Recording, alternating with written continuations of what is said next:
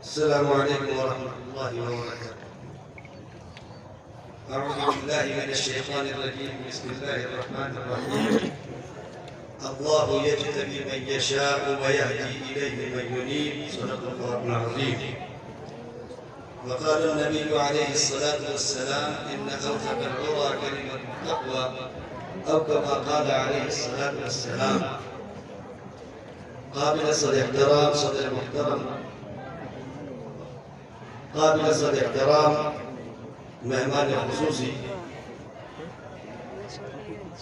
قابل صدر احترام علماء کرام، حاضرین، مدرسہ جامعہ الاسلامیہ دارالعلوم رحمانیہ کا جلسے دستار بندی، داعی جلسہ جناب حضرت مولانا محمد وکیل احمد صاحب قاسمی دامت برکاتہ بانی بھی ہیں اس ادارے کے، اور ہر دل عزیز شخصیت بھی تھی۔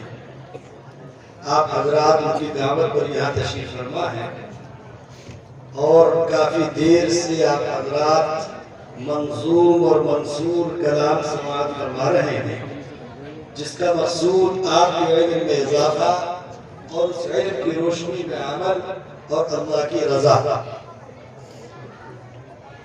جن بچوں کی دستار بنی ہے وہ خوش نصیب ہے، جن طالبات کو سند بخاری دی گئی وہ بہت ہی خوش نصیب ہیں، اس لیے کہ ایک عورت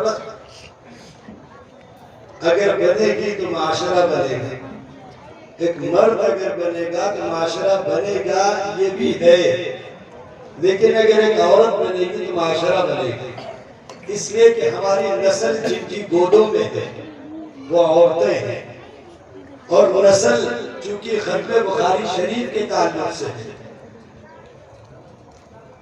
بخاری شریف جنہوں نے لکھی ہے، جنہوں نے جمع کی ہے، اس کو لکھنا بھی کہہ سکتے ہیں، اس کو جمع کرنا بھی کہہ سکتے ہیں، ترتیب دینا بھی کہہ سکتے ہیں، اکٹھا کرنا بھی کہہ سکتے ہیں، یہ پیدائشی اعتبار سے نابینا تھے۔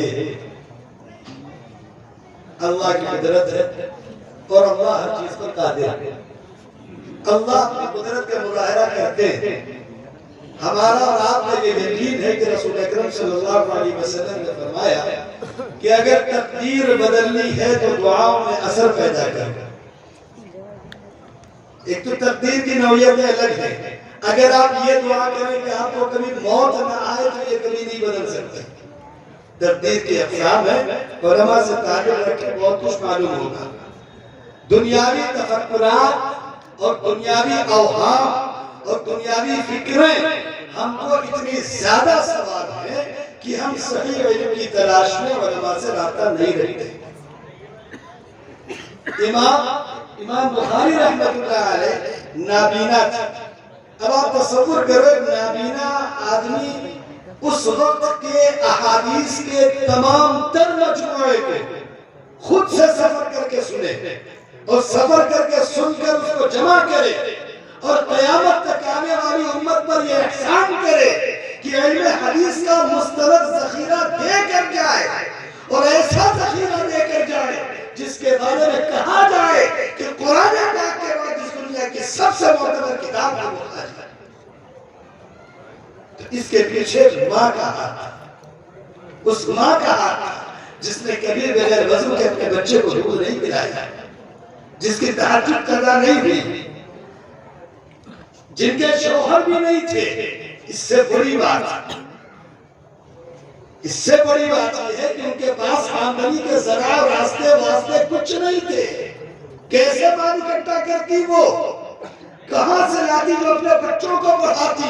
آج الحمدللہ ادارے ہیں، آپ کے لہرپور میں معتبر ترین ادارے ہیں، اور لہرپور علم کا گہوارہ کل بھی تھا، آج بھی ہے، اور اگر آپ نے اس کی قدر کر لی تو کل بھی رہے گا انشاءاللہ۔ لہرپور میں تو دنیا کے دور دراز کے ممالک کے طلباء سفر کر کے آتے تھے تو حاصل کر لیں۔ آپ کو یہ تعریف معلوم ہوگی، یہاں پر آپ کے پرانے قدیم مدارس موجود ہیں۔ یہ الگ بات ہے کہ وہ کس کیفیت کس نوعیت میں ہے، اس میں بھی ہماری غفلت ہے، ہماری تصاولی ہے، ہمارے پاس جو اللہ کی نعمتیں ہیں ہم جب اس کی قدر چھوڑ دیں گے تو اللہ نعمتیں واپس لے لیں گے. یہ اللہ کا اصول ہے. اگر ہم کو اللہ نے صحت دی ہے اور ہم صحت کی قدر نہیں کریں گے تو یہ صحت بیماری میں بدلے گی. اگر اللہ نے ہمیں دولت دی ہے اور دولت کے حق ادا نہیں ہوں گے تو یہ غربت اور فقیری میں بدلے گی. اگر اللہ نے حکومت دی ہے اور حکومت کی قدر نہیں کریں گے تو یہ ذلت اور نکبت میں بدلے گی. اس میں کوئی بالکل ذرہ برابر شک نہیں. میں یہ بات آپ سے عرض کر دوں, اس دنیا میں اللہ کے دو قانون چلتے ہیں. اس دنیا میں جس میں ہم رہتے ہیں, ایک اللہ کا قانون ہے فطرت کا, ایک اللہ کا قانون ہے شریعت کا. یہ دو بالکل برابر چلتے ہیں, ایک ساتھ چلتے ہیں. فطری قانون جس کے بارے میں قرآن نے صاف کہہ دیا, فطرت اللہ التی فطر الناس علیہا. شرعی قانون جس کے بارے میں قرآن نے صاف کہہ دیا, شرع لکم من الدین ما وصى به نوحا. پوری تفصیل ہے. وَتِلْكَ حُجَّتُنَا آتَيْنَاهَا إِبْرَاهِيمَ عَلَىٰ قَوْمِهِ نَرْفَعُ دَرَجَاتٍ مَّن نَّشَاءُ إِنَّ رَبَّكَ حَكِيمٌ عَلِيمٌ. وَوَهَبْنَا لَهُ إِسْحَاقَ وَيَعْقُوبَ كُلًّا هَدَيْنَا وَنُوحًا هَدَيْنَا من قبل. پوری تفصیل ہے, یہ پوری تفصیل ہے. یہ 2-3 گھنٹے میں اگر آپ تصور کریں کہ سب آپ کو کھول کے پلا دیا جائے تو 50 برس سے ہمارے علماء محنت کرتے رہتے ہیں, پھر بھی وہ خود کو کبھی علم سمجھتے ہیں. اور ہماری عوام ایک دو اردو کی کتاب پڑھ لے, ایک دو مسئلے جان جائے, ایک دو دین کی باتیں جان جائے, سمجھتی ہے کہ علم کی انتہا پر پہنچ گئے. تو بالکل بیتوتی بات ہے. علماء کی قربانیاں, علماء کے مجاہدے, علماء کی فکریں. آپ کہتے ہو آپ نے بڑا اعتراض ہے آج کے دور میں کہ آج کے دور میں علماء کر کیا رہے ہیں. آپ جس مدرسے میں بیٹھ کر یہ اعتراض کرتے ہو اب بھی جواب سمجھ میں نہیں آتے کہ علماء کیا کر رہے ہیں. اگر مدرسہ دارالعلوم رحمانیہ نہ ہوتا اور اس کا تصور نہ ہوتا اور علماء کی فکر اور توجہ اس پر نہ ہوتی اور آپ حضرات کا اس سے تعلق نہ ہوتا تو یہ 10 طالبات بخاری مکمل کر لے. اس کا تصور ہوتا, اس کا تصور ہوتا. جو چند سکے آپ کی جیبوں سے نکلے ہوں گے, جو تھوڑا بہت تعاون آپ سے نکلا ہوگا, جو تھوڑا بہت ہدیہ یا صدقہ یا جو بھی آپ نے اس ادارے کو دیا ہوگا, اس سے بہتر بدل میں آپ کو چیزیں واپس ملی کہ نہیں ملی. آپ سوال کرتے ہو مدارس کرتے کیا ہے؟ اللہ کی قسم مدارس کے تصور مسلمانوں کی زندگی سے نکال دو. جو آج کے دور کے مسلم دشمنوں کی بنیادی فکر ہے کہ تعلیم سے محروم کر دو, تعلیم کے نام پر طرح طرح کے تماشے کھڑے کرو اور اس قوم کو تعلیم سے دور کرو. تعلیم دین کی ہو یا دنیا کی. میں آپ کو ایک بات بتا دوں, علم کے آنے کے 3 راستے ہیں. ایک علم لدنی ہے, یہ اللہ کا انعام ہے, اور علم لدنی کے لیے بڑا معیار ہے. علم لدنی اللہ کے بہت مقرب بندوں کو ملتا. ہو سکتا ہے کہ وہ نبی ہو اور ہو سکتا ہے کہ وہ نبی نہ ہو. حضرت لقمان علیہ السلام کے بارے میں کہا جاتا ہے کہ وہ نبی تھے, کوئی کہتا نہیں تھے. ہو یا نہ ہو اللہ کے مقرب تھے, اس میں کوئی شک نہیں. علم لدنی ان کو ملا تھا. موسیٰ علیہ السلام خود حیات سے ہیں, توریت کی شریعت کے ذمہ دار ہیں. توریت کتاب ان کے ہاتھ میں ہے اور اس کتاب کا نفاذ اور اس کی ذمہ داری اور اس کی دعوت اور توریت کا پڑھنا اور پڑھانا اور سننا اور سنانا اور سمجھنا اور سمجھانا ان کی ذمہ داری ہے. ان کے دور میں خضر علیہ السلام ہے. جو علم موسیٰ علیہ السلام کے پاس ہے وہ اللہ کا دیا ہوا علم ہے, نبوت کا علم ہے. اس سے بڑھ کر کوئی علم نہیں ہوتا, نبوت کے علم سے بڑھ کر کوئی علم نہیں ہوتا. اور ان مدارس کی سب سے بڑی پہچان یہ ہے کہ یہاں جو علم ہے وہ اس کے حقیقت اور سچے ہونے میں کوئی شک نہیں, کیونکہ یہاں قرآن کا علم ہے, احادیث کا علم ہے, اللہ کا علم ہے, اس کے رسول کی سنتوں کا علم ہے. اور سب سے بڑھ کر یہ ہے کہ یہ وہ علم ہے جو گھروں کو اٹھاتا ہے, جو ذلیلوں کو عزتیں دیتا ہے, جو محتاجوں کو مالدار کرتا ہے. اور یہ بات میں نہیں کہتا, فَسَوْفَ يُغْنِيكُمُ اللَّهُ مِنْ فَضْلِهِ إِنْ شَاءَ. انتظار تو کرو, ہمتیں تو کرو, ارادہ تو کرو, کوششیں تو کرو, قدم آگے تو بڑھاؤ. إِن تَنْصُرُوا اللَّهَ يَنْصُرْكُمْ. آگے تو چلو, پیش قدمی تو کرو, کچھ اپنے اندر ہمت اور عزم تو پیدا کرو. اور کون سا عزم پیدا کرو؟ ہمارے یہاں کی تھوڑی سی تکلیف آ گئی تو ہم کہتے ہیں مولوی صاحب اب تو مولویوں کو کچھ فتویٰ دینا چاہیے. میں تو کہتا ہوں مولوی فتویٰ دینے کے بعد اکیلی گردن خود ہی کٹائے گا. اگر مولوی دھوکے سے فتویٰ کہیں دے دے کسی چیز کا قوم فتویٰ بہت مانگتی کہتے کس چیز کا انتظار ہے. میں آپ سے بہت صاف لفظوں میں کہہ دوں آپ جو بات کہنا چاہتے ہو قرآن پہلے کہہ چکا. جب تک یہ امت پوری انسانیت پر اللہ کی دعوت کو عام نہیں کر دے گی تب تک آپ کوئی خیر کی امید نہ رکھیے. قرآن پاک میں بات کئی بار کہی ہے. میں قرآن پاک کے ایک آیت چھیڑ کے آپ سے کہتا ہوں لِأَلَّا يَكُونَ لِلنَّاسِ عَلَى اللَّهِ حُجَّةٌ بَعْدَ الرُّسُلِ. رسول اس لیے بھیجے جاتے ہیں اللہ نے کبھی کسی قوم کو ہلاک نہیں کیا, کبھی کسی قوم کو تباہ نہیں کیا, کبھی کسی قوم کو برباد نہیں کیا جب تک کہ اس میں رسول بھیج نہیں گئے.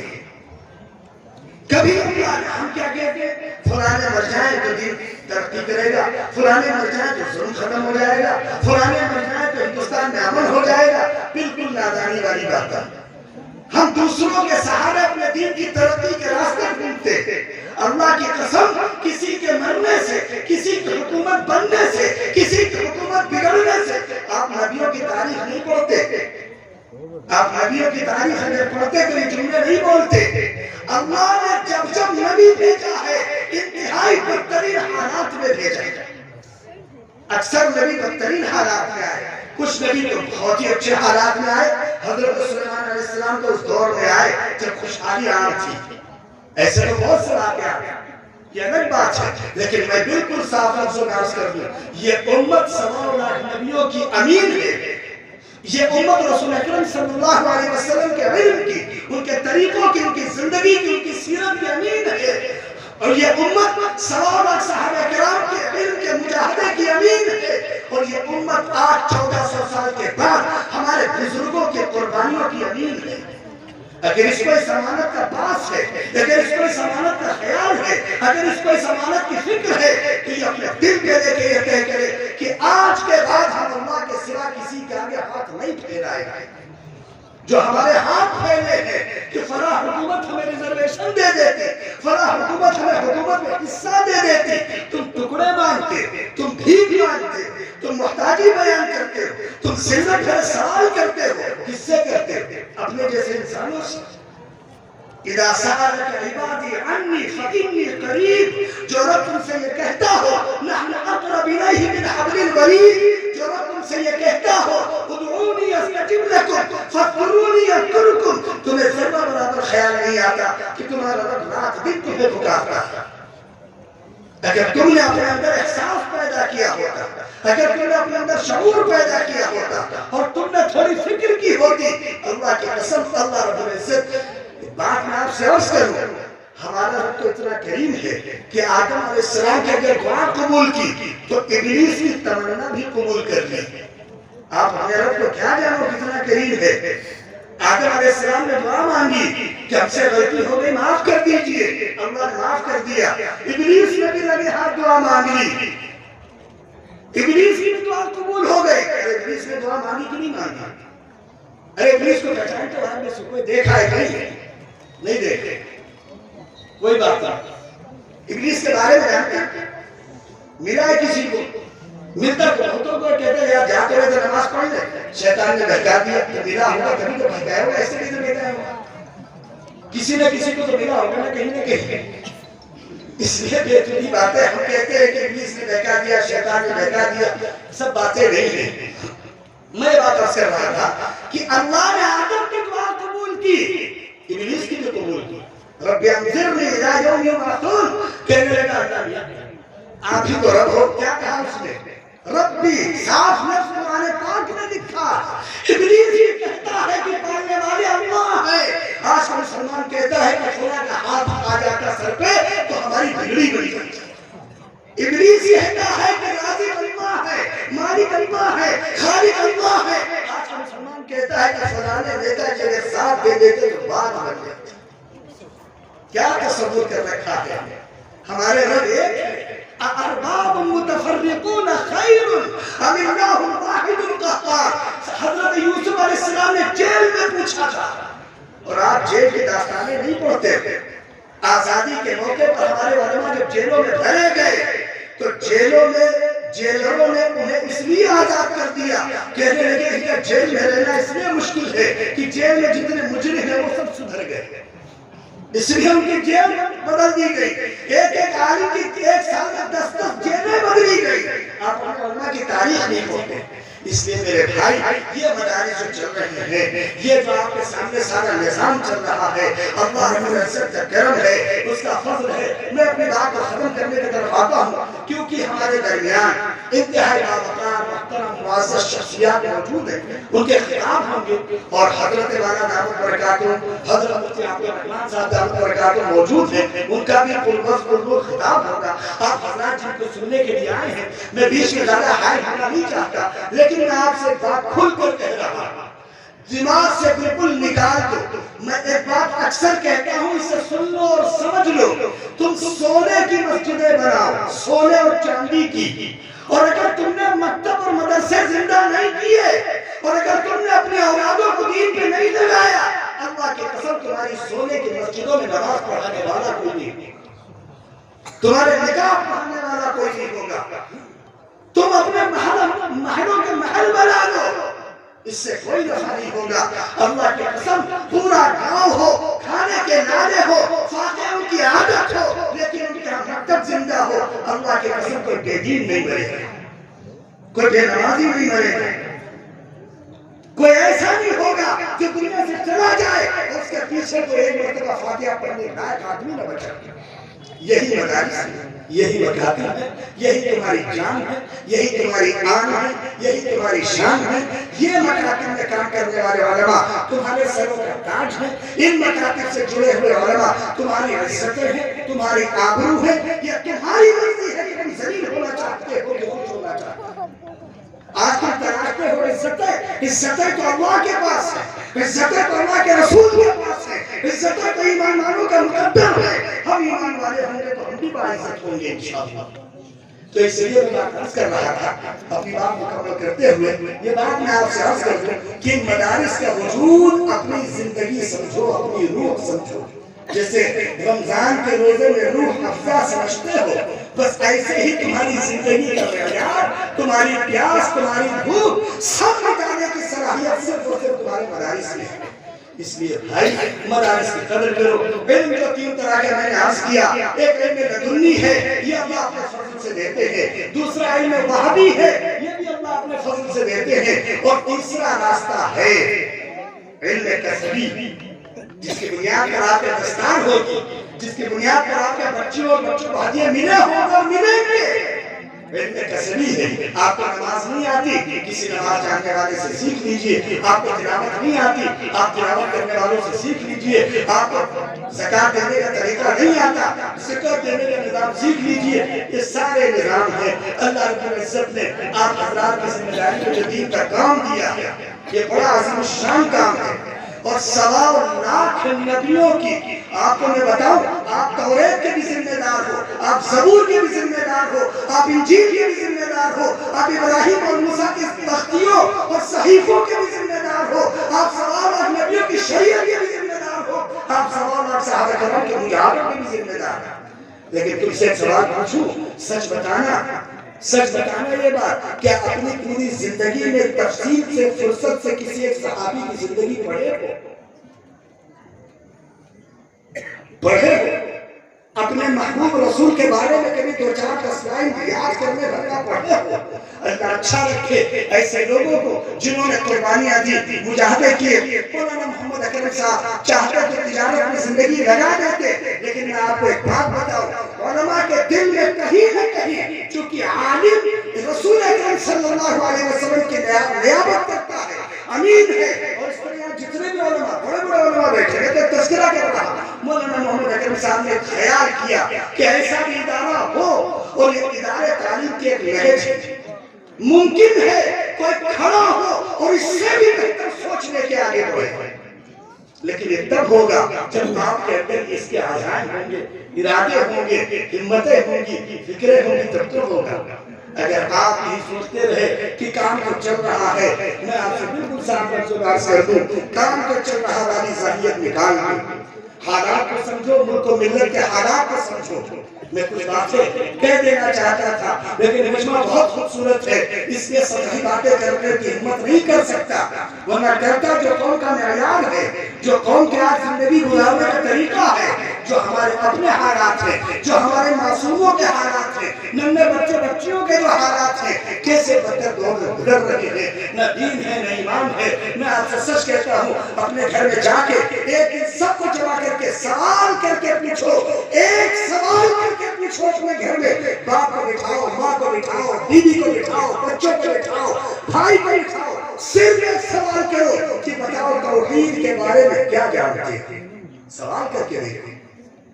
اللہ کی قسم اگر یہ مدارس نہ رہے تو ہماری اور تمہاری زندگی اولئک کالانعام، جانوروں سے بدتر گزرے گی۔ یہ مدارس ہیں جنہوں نے ہماری زندگی پر لگام لگا رکھی، ہمیں حلال پر، ہمیں حرام پر، ہمیں مکروہ پر۔ اور قوم کو تو تعجب یہ ہے، مسئلہ بتاؤ کسی کو کہو مکروہ ہے تو کہتا اچھا ہم سمجھے مولانا صاحب حرام ہے، پھر مجھے بتاؤ مکروہ حرام میں فرق کیا ہوا؟ ارے حرام کا مطلب کرو گے تو پٹو گے، مکروہ کا بھی مطلب ہے کہ اللہ اس کے رسول کو اچھا نہیں لگتا۔ تمہارے نیتا کو کوئی چیز اچھی نہیں لگتی تو تم نہیں کرتے، اور تمہارے رب کو کوئی چیز اچھی نہیں لگتی تم کہتے ہو مکروہ ہے۔ یہ مذاق اڑانا ہے دین کا۔ سنو، تمہاری صفت ہونی چاہیے، تمہاری خوبیاں ہونی چاہیے۔ اس امت کی خوبیوں میں خوبی ہے سمعنا واطعنا، ہم اللہ اس کے رسول کی سنیں گے، رسول کے نائبین کی سنیں گے اور مان کر زندگی گزاریں گے۔ لیکن ہم کیا کہتے ہیں معلوم ہے؟ ارے وہ مولوی صاحب سے تم نے کیا پوچھا؟ ان سے پوچھا، ان سے نہیں پوچھو ان کا۔ ہم ایک مسئلے کو تب تک پوچھتے رہتے ہیں جب تک کوئی ایسا سڑک پر ٹہلنے والا مولوی نمانہ مل جائے، اس سے مسئلہ پوچھنے مطابق ہو جائے تو معلوم کیا کہ ارے مطلب ہم کیا کہتے ہیں؟ اگر ہم غلط کریں تو فلانے مولوی صاحب 99 مولویوں نے صحیح بتایا، ان کی فکر نہیں کرتا۔ ایک مولوی نما ہو ان کا جیسا مسئلہ بتا دے، کہتے ہیں ہم نے بھی تو مولوی صاحب سے پوچھا تو عمل کیا۔ اس لیے بھائی ہاتھ جوڑ کے گزارش کرتا ہوں، مدارس کی قدر کرو، علماء کی عزت کرو اور اپنے اندر صفات اور خوبیاں پیدا کرو۔ اپنے گھر کا جائزہ لو، اپنے گھر میں بیٹھو کبھی تمہارے گھر میں بچے کس پیر سے گھر میں آتے ہیں، تم خود کس پیر سے گھر میں داخل ہوتے ہو۔ اور میں آگے کی بات عرض کر دوں، آپ کسی مسجد میں کھڑے ہو کے دیکھ لو 70% عوام بائیں پیر سے مسجد آتی ہے۔ تم سمجھتے ہو کہ کوئی معمولی بات؟ یہ بہت بڑی اور نازک بات ہے۔ مسلمان مسجد کو چلا، شیطان نے وسوسہ ڈال دیا، دماغ کہیں اور چلا گیا، گنگناتا ہوا مسجد میں بائیں پیر رکھ کے آ گیا، تم مسجد آ گئے لیکن شیطان کسی حد تک کامیاب ہو گیا۔ تمہیں بائیں پیر سے مسجد لے آئے، شیطان کے لیے کافی ہے۔ یہ چھوٹی چھوٹی باتیں ہیں، اگر تم توجہ نہیں دو گے، مسلمان وہ قومی نہیں ہے جس کا کوئی عمل بے نیت ہو۔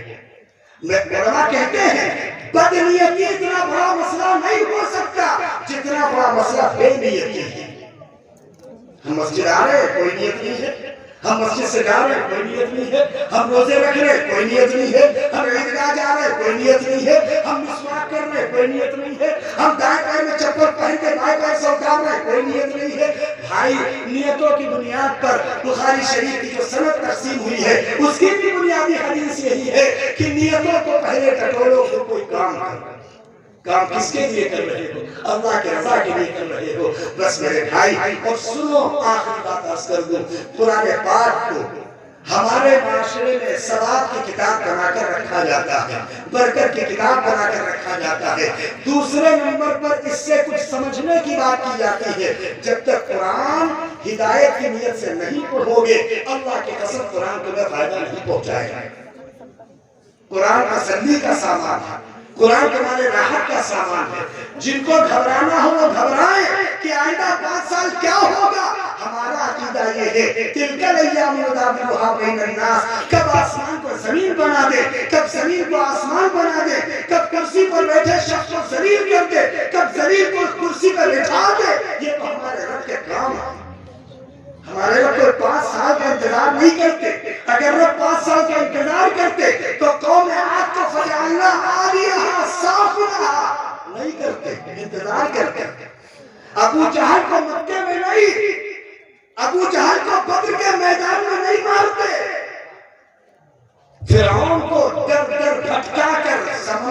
نہیں بھی ہوتے اگر ہمارے رب انتظار کرتے، ہمارے رب فیصلہ کرتے۔ الا لہ الحکم، سنو حکومت صرف رب کی ہے۔ الا لہ الخلق والامر، سنو وہی پیدا کرتے ہیں، وہی حکومتیں چلاتے ہیں۔ تم گھبراتے چھوٹی چھوٹی باتوں سے، اگر تم قرآن پڑھتے، مسلمانوں کے مجموع میں بیٹھ جاؤ، مایوسی جھلکتی ہے، کہتے مہذب کیا ہوگا، تم پڑھتے نہیں ہو قرآن۔ قرآن تم سے کہتا ہے عسیٰ ان تکرہوا شیئا وہو خیر لکم، ہو سکتا ہے کوئی چیز تمہاری نگاہ میں بری ہو، اللہ جانتے ہیں کہ یہ تمہارے لیے بہتر ہے۔ عسیٰ ان تحبوا شیئا، ہو سکتا ہے تم اچھا سمجھتے ہو، شر لکم، تمہارے لیے بری ہو۔ آگے قرآن نے کہہ دیا اللہ یعلم، اللہ کو پتا ہے کہ میں کچھ نہیں پتا۔ کبھی نہیں گھبراؤ، اللہ کی قسم دنیا کا حکمراں کہیں ہو دور ہو سکتا ہے، ساتھ رہ کے بھی دور ہے، اور اللہ دور رہ کے بھی تمہارے ساتھ ہے۔ شرط یہ ہے کہ اللہ سے دوستی کریے۔ رسول اللہ نے فرمایا من کان للہ کان اللہ لہ، جو اللہ کا بنے گا اللہ اس کا ہوگا۔ اللہ نے اصول بتا دیا اذکرونی اذکرکم، مجھے یاد رکھو گے تو میں تمہیں یاد رکھوں گا۔ تو یاد کس کو کرنا ہے؟ اللہ کو ہمیں، پہلے ہم اللہ کو یاد کریں، بعد میں اللہ ہمیں یاد کریں گے۔ حالانکہ اللہ رب العزت ہمیں بھولے نہیں ہیں، ورنہ ہمارے حالات میں ہمارا وجود مٹ چکا ہوگا۔ تو طے کریں انشاءاللہ مکاتب اور مدارس کو اپنی جان سمجھیں گے، اپنی روح سمجھیں گے، اپنی غذا سمجھیں گے، اپنی زندگی سمجھیں گے، اور مکاتب اور مدارس کے لیے بڑی سے بڑی قربانی اگر دینی پڑے تو دیں گے انشاءاللہ۔ مکاتب نہ رہے، مساجدیں رہیں یا نہ رہیں، اللہ سے دعا کرے ساری مساجد بچی رہے، اگر مکاتب نہیں رہے تو سچ بتاتا ہوں جنازہ پڑھانے والے لوگ نہیں بھی نہیں رہے۔ تو انشاءاللہ طے کرو کہ ہم پوری ایمانداری سے، امانتداری سے، تمام نبیوں کی امانت، تمام صحابہ کی امانت، ہم انشاءاللہ اس کو سیکھیں گے، اس کو آگے بڑھائیں گے، کریں گے انشاءاللہ۔ اب اس کے بعد حضرات علماء کرام کا بیان ہوگا، میں تو بیچ میں آیا تھا۔